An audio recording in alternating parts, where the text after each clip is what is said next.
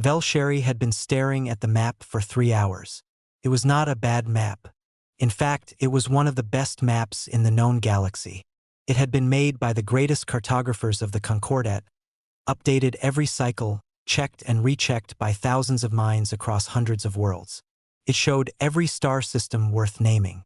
It showed gas clouds and dead planets and ancient ruins and busy trade routes that stretched from one end of the galaxy to the other like glowing threads. It was, by every measure, a complete picture of the known universe. Except for one part. In the lower right section of the map, where the stars began to thin out and the light of distant systems faded into quiet darkness, there was nothing. Not the soft gray of uncharted space. Not the dotted lines that cartographers used when they were unsure. Just a clean, flat, white blankness. A hole in the picture. A place where the map simply stopped. Velsheri pressed her finger against the edge of the blank space. The line was too clean. She had studied enough maps to know that natural gaps, places where no survey team had gone, places that were simply too far or too dangerous to chart, never looked like this. They had rough edges, fuzzy borders, the kind of messy shape that came from real work done by real people who ran out of time or fuel or courage. This blank space had none of that. Its border was a straight line, precise, deliberate. Someone had drawn that line. Someone had decided very carefully that nothing would be shown beyond it. She was 18 years old and had only been an apprentice at the Concordat Cartography Hall for 7 months. Her master, a tall and ancient Cathani named Savrish, had given her access to the archive terminals as a reward for good work. He had told her to study the outer rim maps, to learn the shapes of the galaxy's edges. He had not told her to ask questions. But Velsheri had always asked questions. It was, her mother once said, both her greatest gift and her most exhausting quality. She pulled up the archive index and searched for records related to the blank zone. The terminal hummed quietly. Then it returned a result. Not a map, not a file, but a single line of text on a black screen. Asterisk query outside permitted scope. Do not pursue. Asterisk. She stared at it. She read it again. She looked around the archive room to see if anyone was watching. There were a few other apprentices at their own terminals, all of them focused on their own work. No one was paying attention to her. She typed the query again, this time using a different set of search terms. She asked for historical survey records of the lower right rim. She asked for any navigation reports filed by ships that had traveled in that direction.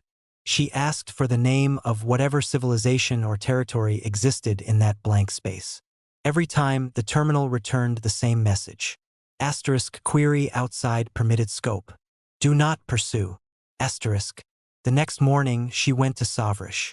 She waited until the other apprentices had left the hall, and it was just the two of them standing among the tall shelves of physical star charts, the old paper kind that smelled like dust and age.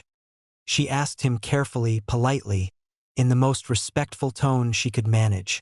Master Savrish, what is in the blank space on the lower rim map? He went still. It was not the stillness of someone thinking. It was the stillness of someone who had been caught off guard and was now deciding very quickly what to do. His eyes moved to the door, then to the floor, then back to her, and when they met hers, something in them had closed off, like a window being shut. There is nothing there, he said. Empty space. Not worth charting. But the border is too clean, she said. Empty space doesn't have a border like that.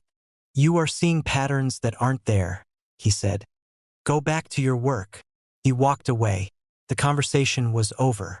She could tell from the set of his shoulders and the speed of his steps that he would not discuss it again. She had worked with him long enough to know when a door had been permanently closed. That evening, she went to a low-lit bar near the Port District, the kind of place where travelers stopped for 1 drink and sometimes stayed for 3. She had heard that all kinds of people passed through. Merchants, pilots, diplomats traveling without their flags.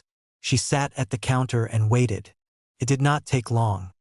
She spotted a Drathian navigator 2 stools down, a thick-necked creature with gray-blue skin and the kind of weathered look that came from years of deep space. He was nursing something amber-colored and staring at nothing. The jacket on his back had NAV patches from a dozen different route systems. He had been around. Velsheri moved to the stool beside him and ordered a drink she didn't want.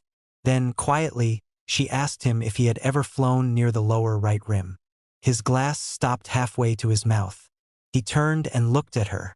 His eyes were steady, but something behind them shifted, like a shadow passing. "No," he said. "I'm just curious about the blank space on the—" "No," he said again. He put his glass down, dropped some coins on the counter, picked up his jacket, and left the bar. He did not look back. He walked fast, the way people walked when they wanted to be somewhere else as quickly as possible. Velsheri sat alone and thought about that. She thought about the clean border, the closed terminal, her master's window-shutting eyes, the navigator who left his drink behind. People were not simply uninterested in that blank space. They were afraid of it. That was different. That was much more interesting, and much more worrying. Took her 2 weeks to find the others. She didn't go looking for them specifically. She started leaving small, careful questions in the open academic forums that Concordat researchers used to share ideas. Nothing direct. Nothing that would trip the archive filters. She wrote about map inconsistencies in general terms, about the philosophy of blank space in cartography, about what it meant when a civilization chose to leave something off a chart rather than simply failing to chart it. The responses she got were mostly boring, but 3 were not. The first came from a woman named Oris, a former Concordat admiral who had been officially dismissed from her post 8 years ago for reasons that the public record described only as conduct inconsistent with Concordat values. She was now, as far as anyone could tell, doing nothing in particular on a mid-rim station. She wrote Velsheri a very short message that said, "Asterisk, you're asking the right question. Stop asking it in public." Asterisk. The second came from an old scholar named Preth, who had spent 40 years studying the histories of civilizations that had gone to war with other civilizations in the early days of the Concordat. He wrote 3 paragraphs that seemed at first to be about historical record-keeping, but buried in the middle was a single sentence that made Velsheri's skin prickle. Asterisk, there are 6 major conflicts in the early Concordat period for which the opposing force is listed in official records only as unnamed hostile entity, despite the fact that the conflicts lasted years and cost millions of lives. Asterisk. The third message came from someone who gave no name, only the tag of a second-hand cargo ship called the Drifting Spool. The message was 4 words long. Asterisk, come to Dock 7. Asterisk. Velsheri went to Dock 7. The Drifting Spool was a battered mid-range hauler that looked like it had argued with an asteroid and lost. The loading ramp was down. Inside, sitting around a small folding table with cups of something warm, were Oris and Preth and the person from the cargo ship, a lean, quiet individual named Tash who had the kind of eyes that counted exits automatically. They looked at Velsheri when she walked in. "You're young," said Oris. "You're afraid," said Velsheri, looking back at all 3 of them. "All of you, but you're here anyway, so I think we want the same thing." There was a pause. Then Preth laughed, a dry sound like paper folding. "Sit down," he said. "We have a lot to talk about." They spread the maps on the table, not the official Concordat versions. Tash had collected older maps, some of them very old, printed on materials that crinkled at the edges and smelled like old fuel depots. Maps from before certain things had been standardized. Maps from before someone had decided what the lower right rim should look like. On those older maps, the blank space was not blank. It was full of stars, full of system names and route markers and small notes in a dozen different scripts. There were trade routes marked in red. There were warning zones marked in yellow. There were notes in the margins, small, handwritten observations from pilots who had traveled there and come back with things to say. And at the center of all of it, marked in a bold, confident script that had clearly been written by someone who had been there, was a name. Human space. Velsheri said the words out loud. They felt strange in her mouth, not because they were hard to say, but because she had genuinely never said them before. She had never had reason to.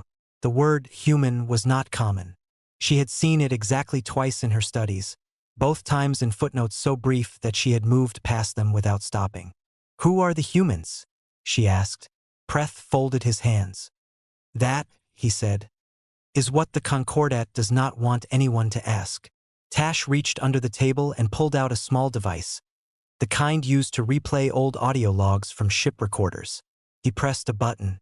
A voice filled the small cargo hold. Old, static heavy. The voice of a pilot who had clearly been tired and maybe a little frightened when they recorded it. Asterisk. We crossed the border 3 days ago. I don't know what I expected. Something broken, maybe. Something quiet. But it's not quiet. I've never seen so many ships moving in so many directions at once. And the stations, they're everywhere. I counted 14 in one system alone. The scans don't make sense. These people have been building. They've been building for a long time. I'm going to try to make contact. I just want to understand why the maps say there's nothing here. Asterisk. The recording ended. The hold was very quiet. Velsheri looked at the old map. At all those stars that had been carefully removed from every official chart. At the trade routes and the names and the margin notes made by pilots who had gone and seen and come back with the truth. She looked at her 3 new companions, the dismissed admiral, the old scholar, and the silent navigator with exit-counting eyes. We have to go in, she said. No one disagreed. That, she thought, was either very brave or very foolish. Possibly both. They did not go straight in. Oris said it would be a mistake to cross the border without knowing what was on the other side. Not the star charts, they had those now, the old ones full of names and routes. What they needed were stories. The kind that didn't get written down in official records. The kind that lived in the memories of old soldiers and retired traders and species who had once shared a border with whoever lived in that blank space. So first, they gathered. They traveled in the drifting spool, which was Tash's ship and which moved through space with a quiet reliability that suggested it had been pushed hard many times before and had always come through. They made stops on 6 different worlds over the course of 2 months. They sat in old people's homes and dark backroom offices and crowded market stalls. They asked careful questions. They listened. What they heard did not make them less afraid. But it did make things clearer. The first person they spoke to was a Vreth elder on a small agricultural world near the Midrim. Her name was Asava, and she was old enough to remember things that most living creatures did not. She had a face like dry bark and eyes that were calm in the way that very old eyes sometimes were. Like they had seen so much that nothing could surprise them anymore. She served them tea and did not seem alarmed by their questions. She had been waiting, she said, for someone to eventually come and ask. She told them about the first contact. It had happened 300 years ago, she said. Humanity had been expanding outward the way young civilizations do. They had found a Vreth colony ship and, not understanding the signal protocols, had done something that the Vreth colony crew interpreted as an act of aggression. There had been a response. Then a counter-response. Then ships were destroyed on both sides and suddenly there was a war, the way wars often began, through a chain of misunderstandings that each side understood only from their own point of view. We thought they were vicious, Asava said. She wrapped both her hands around her teacup. They hit hard and they hit fast and they did not seem afraid of losses. Our commanders said the humans were animals. They said they would overwhelm us with numbers and ferocity and that there would be no reasoning with them. Velsheri leaned forward. What happened? 72 hours after the first exchange of fire, Asava said, we received a communication from the human side. It was not a demand. It was not a threat. She paused. It was a question. She looked at each of them in turn. They asked why we were fighting. The room was quiet. They said, and I am telling you what was translated to our commanders at the time, they said, we don't know what we did to start this. We need to understand before we can decide if this is worth continuing. And then they stopped firing. Completely. They held their positions and they waited for an answer. Oris sat very still. And your commanders? Were confused, Asava said simply. We had never encountered that before. An enemy that stopped in the middle of a war to ask why the war started. She shook her head slowly. It took us 4 days to respond because our generals did not know what category to put the gesture in. Was it a trick? A weakness? A stall for reinforcements? Was it any of those things? Tash asked. No, said Asava. It was exactly what it sounded like. They genuinely wanted to know. She was quiet for a moment. The war ended in 11 days. There was an agreement. Borders were set. Reparations were exchanged, not just from us to them, but from them to us, even for the original misunderstanding that we had caused. She set her cup down. My grandmother was a diplomat in those talks. She said the humans were strange. Not cold. Not warm exactly. Just direct. Like they had no patience for anything that was not the truth. She looked at Velsheri. Ask your next question. I can see you have one. Were the humans in those talks afraid of the Vreth? Velsheri asked. Asava smiled, and it was a small, private smile, like she was remembering something specific. My grandmother asked one of the human diplomats that same question, she said. He thought about it and then he said, we don't really do afraid. We do angry. We do cautious. But afraid is not very useful, so we try not to spend much time there. 3 weeks later, they were sitting in a cold records room on a station near the old border of a civilization called the Drath Collective. Preth had found a contact there, a retired intelligence officer named Vesk who had agreed to share what he knew in exchange for a promise that his name would never be connected to anything they published. Vesk was a small creature with nervous hands and the habit of looking over his shoulder. He led them to a locked file cabinet and handed Preth a stack of physical documents. Old paper printouts, the kind that were hard to trace. They were fragments of a Concordat black file. Internal reports that had never been made public. Preth read them carefully, page by page, his expression growing slowly heavier. He told the others what was in them. 3 separate civilizations, the Drath Collective, the Civil Empire, and a third species called the Muron, had each, at different points in history, launched what the reports called a containment campaign against humanity. These were not small skirmishes. They were coordinated military efforts designed to end humanity as a spacefaring species. 2 of them had been large enough to involve fleets that could have cracked a planet's crust. All 3 had failed. The Drath Collective's campaign had lasted 4 years. It had started well. The Drath had better technology at the time, better organized fleets, a clear strategic advantage. But the humans had not behaved according to any military model the Drath commanders were using. They retreated in ways that turned into ambushes.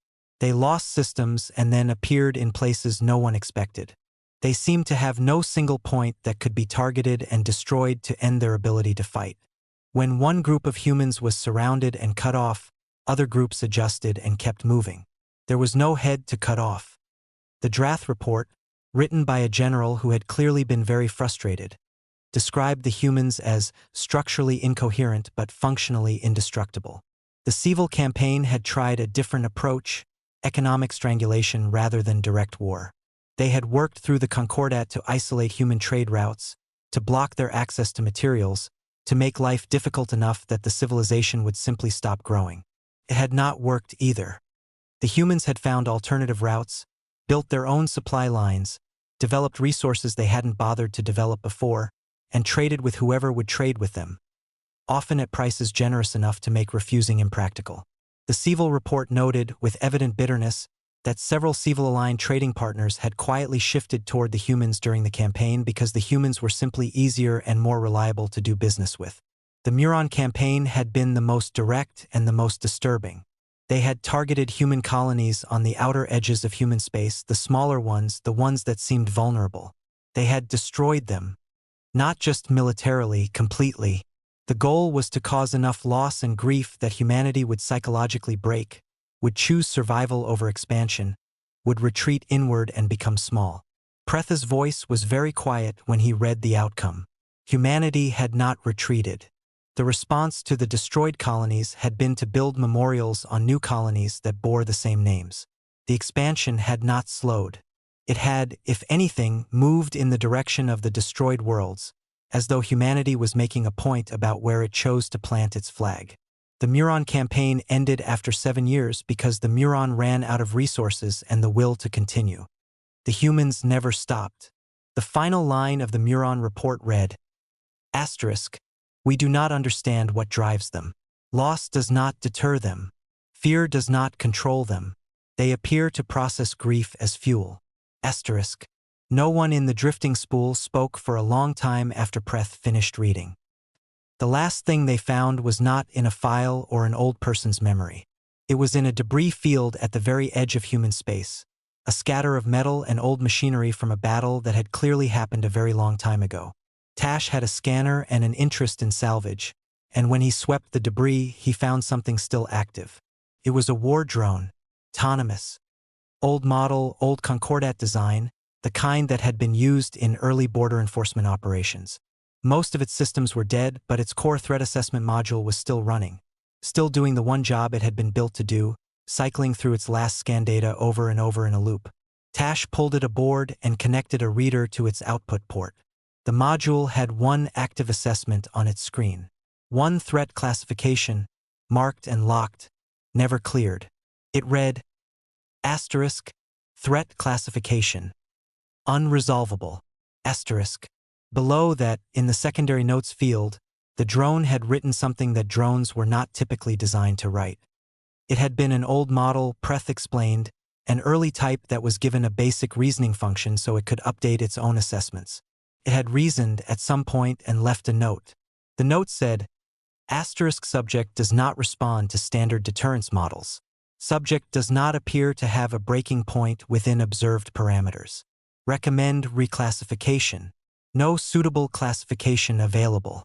Flagging as unresolvable pending further data.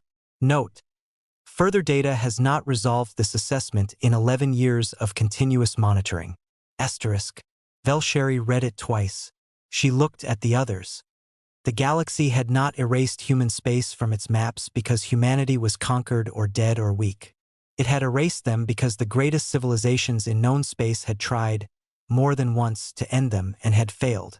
Not because of humanity's weapons or their numbers, or any specific advantage that could be named and studied and eventually beaten. But because of something in the way they worked, in the way they held together and kept going and refused to stop, that none of the Concordat's categories could describe. An unresolvable threat. Not because they were the strongest, but because no one had ever figured out how to make them quit. And now Velsheri's small crew was sitting at the edge of that blank space on the map, in a battered cargo ship that smelled like old fuel, and they had decided to cross the line. Oris checked the navigation controls. Ready? She asked. No, said Velsheri. Good, said Oris. Neither am I. Let's go anyway. They crossed the border at dawn. Ship time. There was no fence, no wall, no dramatic line in space marked by warning buoys or patrol ships. There was simply a set of coordinates, the edge of what every official Concordat map showed as empty space, and then there was the other side of those coordinates. Tash flew them through it slowly, the way someone might step through a doorway they weren't sure was safe. For about 30 seconds, nothing changed. Space looked the same on both sides. Stars were stars. The dark was the dark.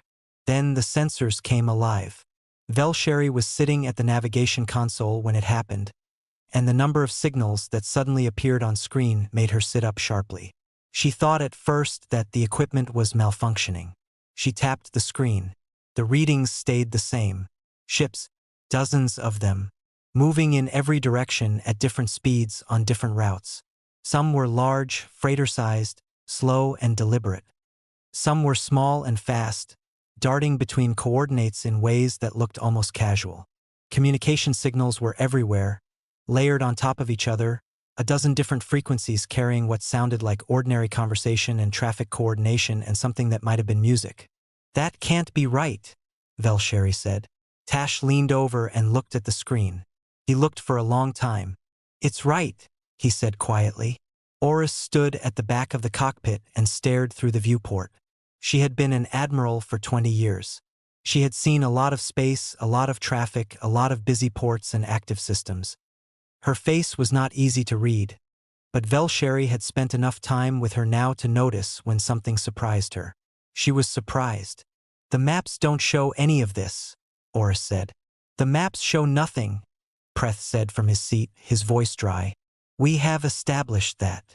What the maps didn't show, what the Concordat had decided to remove from every chart, every archive, every teaching material for the last 300 years, was this: human space was enormous. Not in the way that empty space was enormous. In the way that a city was enormous. Alive and dense and full of movement in every direction. As the drifting spool moved deeper in, the picture grew larger. Systems that were supposed to be blank on every official chart turned out to have stations. Some had multiple stations. There were communication relays strung between planets like lights on a line. There were construction operations, great skeletal structures being built in orbit around worlds that the old maps had listed as uninhabited. There were agricultural platforms, mining operations, research posts, fuel depots.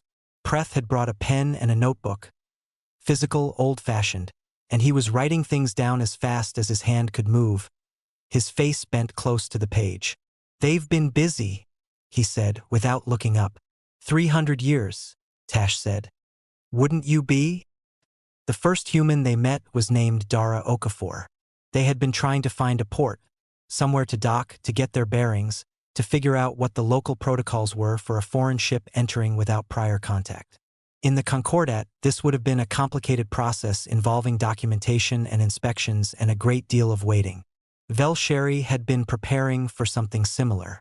What actually happened was that a small maintenance shuttle pulled up alongside the drifting spool, matched their speed, and opened a channel. The face that appeared on their screen was a woman, broad-shouldered, with dark brown skin and clothes, cropped hair going gray at the edges. She was wearing a work jacket with grease on one sleeve. She looked at them without alarm. "Hey," she said. "You folks look a little lost." Velsheri blinked. She had prepared several things to say in this moment. None of them seemed right now. "We are a little," she said. "Where are you trying to get to?" "We're not sure. We're looking for somewhere to dock. We've come from outside, from beyond the border. We're researchers." The woman on the screen nodded as though this were a perfectly ordinary thing to say. "There's a good public dock on Hadera Station, 2 systems over," she said. "I'll send you the coordinates. You'll need to check in with the station master when you arrive, but she's not scary. Tell her Dara sent you." She paused. "You hungry? We've got food aboard if you need it. Long trip from the border." Velsheri stared at her. She looked at Oris. Oris had no expression. Preth had stopped writing. Yes, actually," Velsheri said. "We could use food. Pull alongside and I'll have someone bring it over," Dara said. "Hang on." 20 minutes later, a young human in an environment suit had crossed between their ships with a sealed container of hot food. Something grain-based with vegetables and a sauce that smelled rich and warm. He handed it through the airlock hatch with a grin, said, "Safe travels," and went back. No inspection, no questions, no forms to fill. Velsheri sat with the container of food in her lap and tried to make sense of what had just happened. When they reached Hadera Station and docked, she went back through the comlog and found the channel they had used to speak with Dara. She sent a message.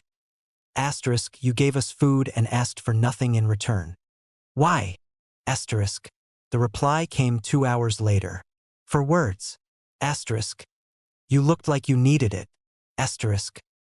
Hadera Station was the first human place Velsheri had ever stood in, and it was not what she had expected. She had not expected, if she was being honest with herself, to expect anything at all, because she had told herself to arrive with no assumptions. But there were always assumptions underneath the ones you knew about. She had half imagined something austere and military, a civilization that had survived so many attacks must, she had thought, operate like a fortress. What she found instead was noise. Good noise. The kind made by a lot of people all doing different things in close proximity to each other and not minding. The station's main concourse was wide and brightly lit and full of stalls selling food and tools and clothing. Children ran through the crowd. Old people sat on benches near a large viewport showing the stars outside and talked to each other. 2 people near the entrance were having a loud argument about something involving a cargo contract, using large gestures and strong language, while a third person standing nearby ignored them completely and ate something on a stick. Velsheri walked through it slowly, with Oris at her shoulder. "It's loud," Oris said. "Yes," said Velsheri. "I expected it to feel more like a war camp," Oris admitted. "So did I." They found the station master in a cluttered office near the docking bay control room. She was a tall woman named Ferris who had the manner of someone responsible for too many things at once and had long since made peace with that. She looked at their documentation, such as it was, and asked a few direct questions about where they were from and why they were there. Velsheri told her the truth, that they were researchers, that they had found evidence that human space had been removed from Concordat maps, and that they had come to understand why. Ferris listened. She did not seem alarmed. She did not call security. "Yeah," she said, leaning back in her chair. "We know about the maps." Velsheri paused. "You know? We found out maybe a century after they did it," Ferris said. "Word travels. Even when someone's trying to keep it quiet." She shrugged. "We talked about it. Argued about it, really the way we argue about everything. Some people wanted to make a big deal out of it. Others said leave it alone. Eventually the general feeling was that if they wanted to pretend we weren't here, that was their problem to have, not ours. We had other things to work on." "That's it," Oris said. "You just let it go?" Ferris looked at her with calm eyes. "We didn't let it go," she said. "We just chose what to spend our energy on. Being angry at a map doesn't build anything." She paused. "We built things instead." Over the following weeks, the crew moved deeper into human space, stopping at different worlds and stations, always asking questions, always listening. They found that humans had no single government. The Concordat ran through a central council, laws, standards, authority, all flowing from one source. Humans had nothing like that. There were republics and coalitions and loose agreements and local councils and trade unions and community boards. There were arguments at every level about how things should be run. There were elections and debates and disagreements that seemed, from the outside, like they should produce chaos. But somehow they didn't. When a crisis came, and Velsheri learned of several from recent history, the different groups aligned fast. Not perfectly, not without argument, but enough. A natural disaster on one world had seen 3 separate rival coalitions coordinate relief shipments within hours, despite having disagreed loudly about trade policy the week before. "How do they do that?" she asked a young human named Bren, who ran a small cargo operation out of a mid-sized colony and seemed to have time to talk. Bren thought about it. "I think we just don't like to see people suffer," he said. "When someone's really in trouble, it's hard to stay focused on whatever we were arguing about." "But the arguments come back?" "Oh yeah, immediately after." He smiled. "We're very consistent about that." The military technology, as far as Velsheri could see, was not the most advanced in the galaxy. The Concordat had better weapons on paper, better ships in terms of raw specifications. But as she read through the historical engagement reports that Preth was quietly collecting from public archives, things humans had simply put in their own open libraries, available to anyone who looked, she started to understand the drone's assessment. It was not the weapons that made human military campaigns so difficult to resolve. It was the thinking behind them. Every battle she read about had notes in the margins. Literally, human commanders wrote their reasoning as they went, and the reasoning was always about the problem. What is the problem here? What outcomes are we trying to avoid? What does the other side want? And is there a version of this where neither side loses everything? Even in wars they hadn't started, there were notes about how to end them. One line from an old military commander stuck in her head. She found it in a public memorial archive, a speech given after a long and costly conflict. She copied it into her own notebook. *, we fight to make fighting unnecessary. The day we stop asking how to end a war is the day we've forgotten why we started fighting at all. *. She thought about the Muron campaign, about destroyed colonies rebuilt with the same names, about grief processed as fuel. She thought she was beginning to understand something, not all of it, but the shape of it. And she thought, sitting on the edge of a viewport at Had Era Station, watching human ships move through the stars in every direction, purposeful, busy, completely unaware of the blank space they occupied on someone else's map, that she had never felt so certain of anything in her life. This civilization had not been erased from the maps because it was weak. It had been erased because someone, somewhere in the Concordat, had understood something that they were too proud, or too frightened, or too invested in their own power to say out loud. She didn't know exactly what that something was yet, but she was going to find out. The message came on a quiet morning, 3 weeks after their arrival on Hadera Station. Velsheri was sitting in their docked ship, reviewing her notes. She had pages and pages of them by now. Things observed, things heard, things that didn't fit the shape the Concordat had built in her head about what this place was supposed to be. Preth was at the small table across from her, cross-referencing dates from the old military reports. Oris was somewhere on the station. Tash was doing maintenance on the ship's engine, which had started making a sound he didn't like. The message came through on the station's general communication channel, addressed to their ship's registration number. It was short. It said, "*, we know why you're here. We've been watching since you crossed the border. If you would like to understand, come to the following coordinates. You are invited, not summoned.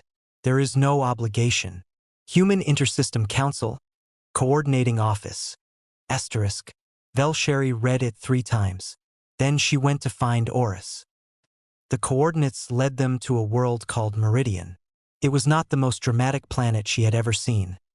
No great sweeping rings or bright, unusual colors, just a comfortable-looking world with blue and green and white that reminded her of something peaceful. Cities were visible from orbit, spread out across continents in patterns that seemed organic rather than planned, like they had grown rather than been built. They were given landing clearance without difficulty and directed to a public landing pad near the center of a city called Ardenvale.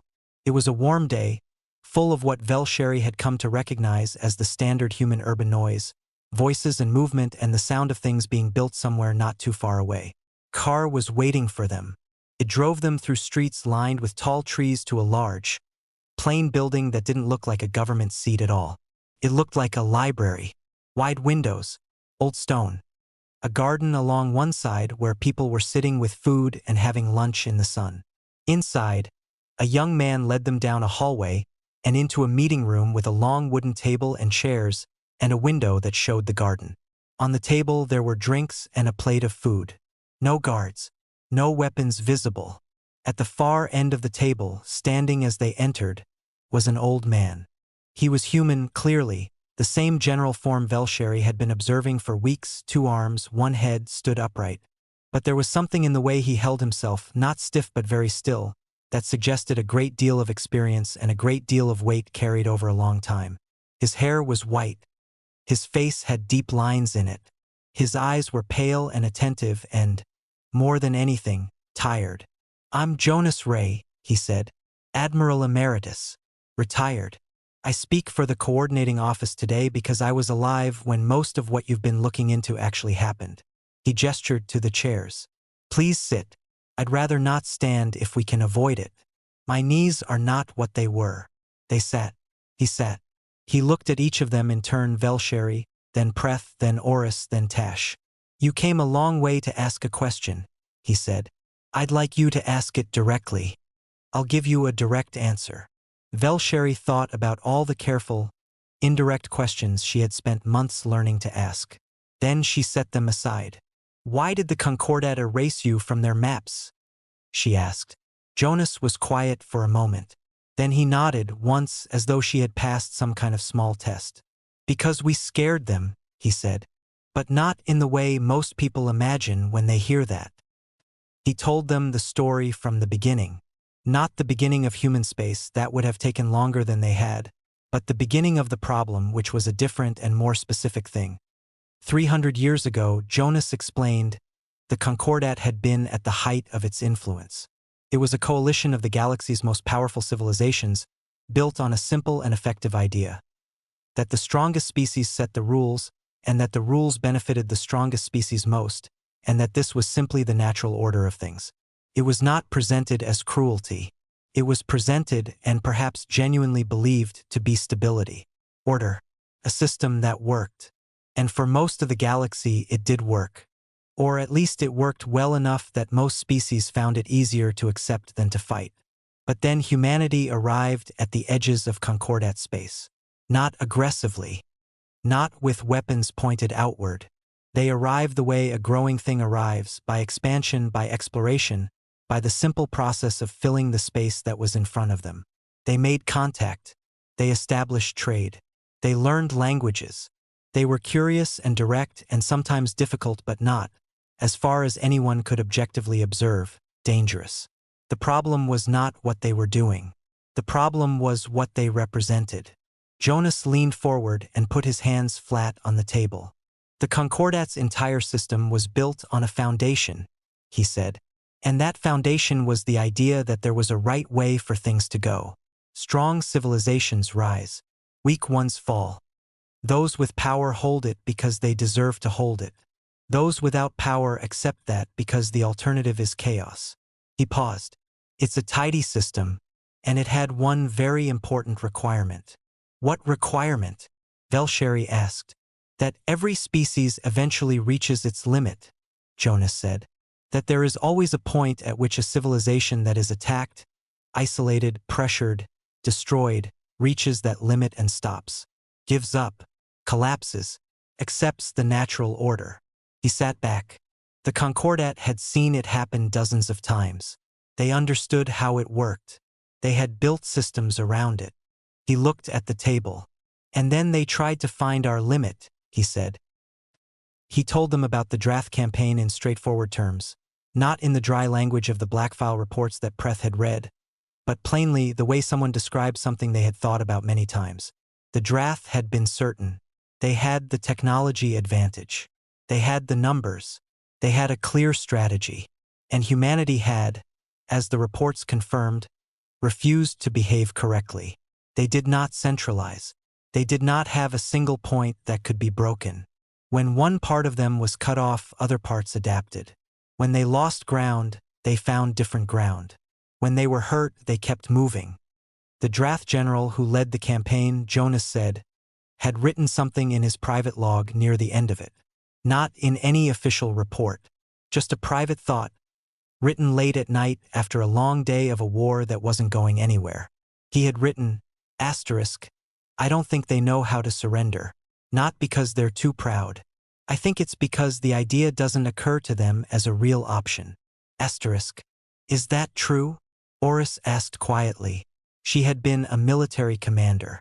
She asked the question as a professional, not an accusation. Jonas considered it. Not entirely, he said. We know what surrender is. We've done it at the tactical level when it was the right call. But at the civilizational level, he thought about it. I think what the Drath commander was picking up on was something different. We don't have a category for it's over. As a species, we just don't have it. There's always another option. There's always something left to try. And if we can't think of anything, we wait until we can. He paused. It's probably not a strategy anyone decided on. It's just how we're put together. Then he told them about the Muron campaign, the colonies, the decision to destroy them.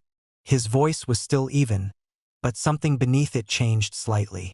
The weight Velsheri had noticed when she first looked at him became more visible. They thought grief would do it, he said. That we would look at what we had lost and decide the cost was too high. That the expansion would stop. That we would turn inward, become small, and eventually just stop being something the Concordat needed to worry about. What happened instead? Preth asked, though he knew. They had all read the reports. We rebuilt the colonies, Jonas said, with the same names, in the same direction. He was quiet for a moment. I was young then. I lost people I knew in those attacks. I remember what it felt like. I remember the grief.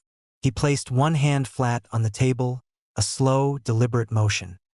But the grief made us want to keep going more than ever. Not for revenge. Not exactly. More like they had tried to write those people out of existence. And we couldn't let that stand. We had to keep their names in the universe. Velsheri thought about the old drone with its single unresolvable assessment. She thought about what it meant to be unresolvable. And then the Concordat voted, she said, to erase you from the maps. Yes, Jonas said. After the campaigns failed. After 3 separate efforts to end us, each by a different method, each using real resources and real commitment, all 3 came to nothing. And the Concordat had a problem. A philosophical problem. He looked at her directly. Their system required limits, he said. It required that every species had a breaking point. That was how the powerful stayed powerful. They could always, in the end, break you. But they couldn't break us. They had tried. And they couldn't find the break. He shook his head slowly. And if we didn't have a limit, if a civilization could absorb everything and keep going, then the whole foundation of their system became questionable. If the strong don't always win in the end, then what exactly is the justification for the strong making all the rules? The room was very quiet. So they hid us, Velsheri said. They hid us, Jonas agreed. They erased us from the maps. They removed us from educational records. They let the memory of us fade in the younger species. They hoped that if no one remembered we existed, and we stayed quiet in our space building things, eventually it would all just become irrelevant. The question we represented would never need to be answered. Oris, who had been silent for a long time, spoke. But we're here, she said. A cartographer's apprentice found the edge of your blank space and couldn't leave it alone. Jonas looked at Velsheri. His tired eyes were warm. Questions have a way of surviving, he said. That's the one thing you cannot erase from a map. He was quiet for a moment. Then he said, they weren't afraid of what we'd do to them.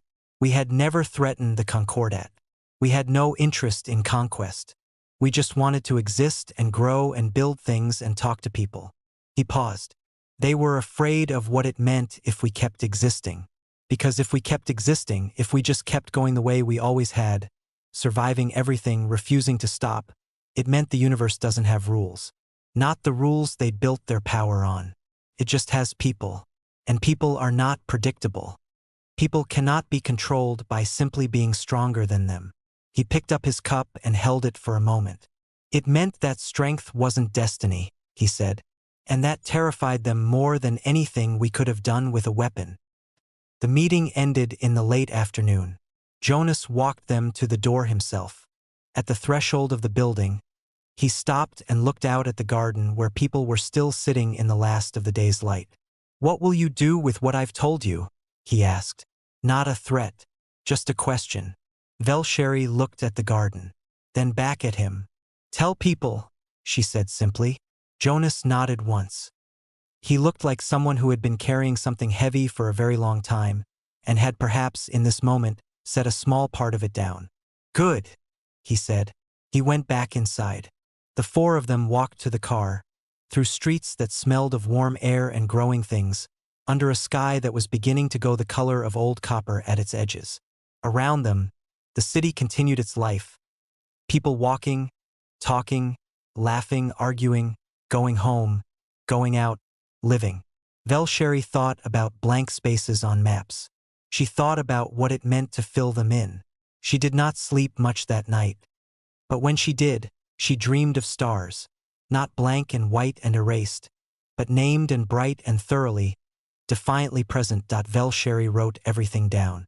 She had been writing since the first day she noticed the clean edge on the map, but now she wrote with purpose.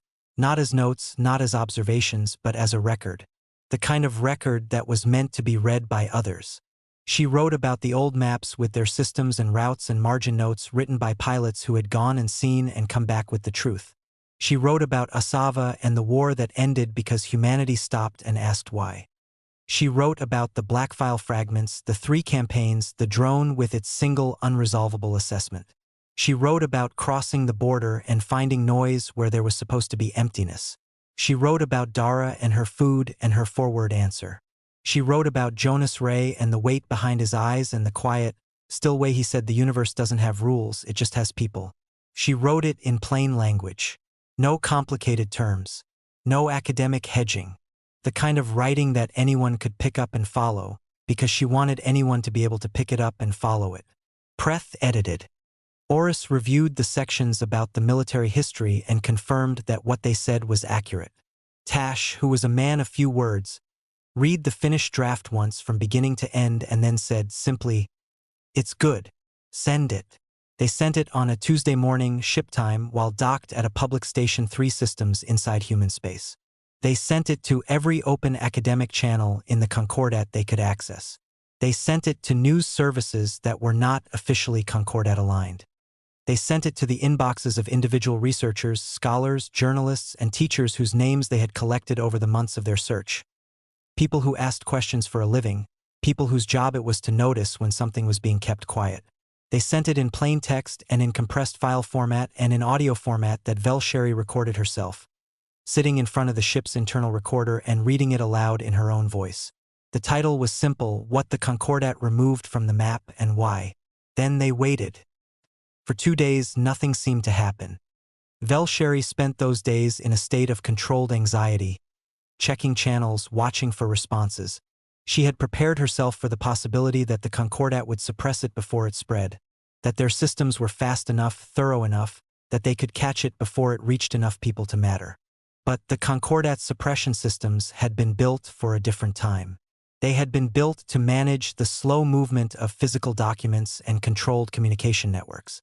They had not been redesigned in 300 years because there had been nothing in those 300 years that they seriously needed to suppress. They were too slow. By the end of the second day, the responses had started. The first wave came from academics, researchers who had spent careers working around the edges of the exact questions Velsheri had asked, who had noticed inconsistencies and been told to look elsewhere and had done so outwardly while quietly continuing to pull at the same threads. Several of them published their own responses within hours, attaching decades of supporting evidence that had been sitting in their files, waiting for a moment when it was safe to bring it out. The second wave came from the public. This one was louder. There had been, as it turned out, a great many people across the Concordat who had noticed the blank space. Children who had asked their teachers and been redirected. Travelers who had filed reports of unusual signals near the lower right rim and been told their equipment was malfunctioning. Pilots who had traded stories in bars about the edge of the map where something felt different. For hundreds of years, these people had existed, scattered, unconnected, each one told privately that they were mistaken or overthinking or simply not permitted to pursue the question. Now they found each other, all at once, across every open channel the Concordat maintained. The conversation was enormous. It was also very fast, and it was very angry. The Concordat's official response came 4 days after the publication. It was a statement from the Central Council, measured and formal. It acknowledged that historical cartographic decisions had been made regarding the lower right rim and described them as strategic determinations made in the interest of galactic stability. It did not use the word cover-up. It did not name the 3 campaigns against humanity. It said that a review committee would be formed to examine the historical record. In the forums, the response to this statement took approximately 11 minutes to reach a consensus. That it was not enough. The protests began the following week. They started on 3 worlds simultaneously, not organized by any single group, not called by any official opposition. Just people who had read what Velsheri had written and decided to walk to the nearest Concordat administrative building with a piece of paper in their hands. The paper, on every world, had the same thing printed on it.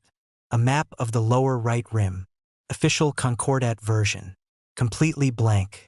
Blank maps outside Concordat offices. Blank maps carried by crowds in capital cities. Blank maps painted on walls. A blank map printed on the front page of a dozen independent news publications under the same simple headline, translated into every language spoken in the Concordat. This is what they hid. Within the Concordat itself, the fractures that had always existed in the alliance deepened fast. 3 member species, the Cathani among them, sent formal requests to the Human Intersystem Coordinating Office, asking to establish direct communication and, eventually, diplomatic relations. They did it publicly, which was its own kind of message. They did not ask the Central Council's permission first. The Civil and the Muron, whose historical campaigns against humanity were now public knowledge, said nothing for several days. Then the Muron issued a statement that was, given everything, surprising. It acknowledged what had been done. Not fully, not in the depth that the historical record demanded, but it acknowledged it. It used the word wrong. It said that conversations should be had. Preth, reading the Muron statement on a screen in their ship's small common area, sat for a long time. "I didn't expect that," he said finally. "Shame is interesting, Oris said. It can break people, or it can make them honest. She paused. Sometimes it does both at once. The disgraced admiral who had helped Velsheri from the beginning, Oris herself, received a formal communication from the Concordat Central Council during the third week. It informed her that her dismissal 8 years ago had been reviewed, and that the determination to dismiss her had been made in error, and that her rank and record were hereby restored. She read it twice. Then she put it face down on the table. I'm resigning, she said. Velsheri looked at her. From reinstatement? From the Concordat entirely, Oris said. She looked calm and certain in a way she had not looked when Velsheri first met her. A woman then doing nothing in particular, heavy with something she hadn't been able to name. There are people forming an independent survey organization, not aligned with the Concordat, open to any species who want to participate. Their first charter is to produce an accurate galactic map. She looked at Velsheri. They've asked me to lead the first expedition. Velsheri smiled. Say yes, she said. I already did, said Oris. It was 6 weeks after publication that Velsheri returned to the Concordat Cartography Hall for the first time. She had thought there might be a problem at the door. She was, after all, an apprentice who had taken unauthorized leave and then published a document that had caused what the news services were calling the greatest political disruption in Concordat history in a century. She had considered, practically, that she might be arrested. What actually happened was that the hall director, a thin, formal Cathani she had never personally spoken to, met her at the entrance and told her that her apprenticeship status had been upgraded to full researcher, effective immediately if she wanted it. She said she would think about it. Then she asked for access to the main cartography terminal, the best one, the one with the high-resolution rendering display, and the director said yes. She sat at the terminal for a long time before she began. Then she opened the old maps, the ones she and Tash had collected on their travels, the crinkled, fuel-smelling ones with the margin notes, and the newer files that human cartographers had quietly made available to anyone who asked for them, detailed surveys of every system in their space. She cross-referenced them. She checked coordinates. She filled in names. Took most of the day. When it was done, she rendered the full map on the display, the entire galaxy, from the core worlds to the outer edges, every surveyed system represented, every route marked, every known civilization named and located with the best accuracy they currently had. In the lower right section, where 300 years of official cartography had shown only clean white blankness, there was now a vast and sprawling and thoroughly filled-in region, dense with stars and routes and names and stations and worlds and the signs of a civilization that had been building, quietly and persistently and without any need for the rest of the galaxy to be watching, for a very long time. A junior researcher came to stand beside her. He was young, younger than she had been when she first found the edge. He stared at the map on the display with wide eyes. It's so big, he said quietly. Velsheri looked at it. She had seen it before. She had been inside it, had eaten food there and walked its streets and spoken to its people. But seeing it on a map, finally, after everything, made something in her chest feel settled in a way it had not felt in a long time. It always was, she said. We just didn't have the courage to look. He was quiet for a moment. Are they angry? He asked. The humans. About being erased. Velsheri thought about Dara Okafor and her easy generosity and her forward answer. She thought about the city of Ardenvale and its garden and its noise. She thought about Jonas Ray with his tired eyes and his honest voice, and the last thing he had said to them as they left. Asterisk good. Tell people. Asterisk. No, she said. They were never waiting for us to acknowledge them. They were just living. She saved the map. She filed it into the official archive under her full name with a timestamp and a public access flag that meant anyone, anywhere, on any terminal with Concordat access, could open it and see it. Then she stood, stretched, and walked out of the hall into the evening air. On a station in the middle of human space, Dara Okafor was fixing the coolant system on a mid-range cargo hauler that had limped in from a 3-system run with a leak in the secondary line. The ship's crew, 4 of them, all tired, all relieved to be docked, had told her what happened and what they needed. She had told them it was no problem. She was halfway through the repair when her station's public news channel chimed. Someone had sent an update flag. She glanced at the screen. There was a picture of the new map, the first official Concordat chart to show human space in 300 years. Someone had highlighted it in gold, and a lot of people were sharing it. Dara looked at it for a moment. A small smile crossed her face. Then she went back to the repair. There was still work to do. There always was. And humanity, as it always had, kept going.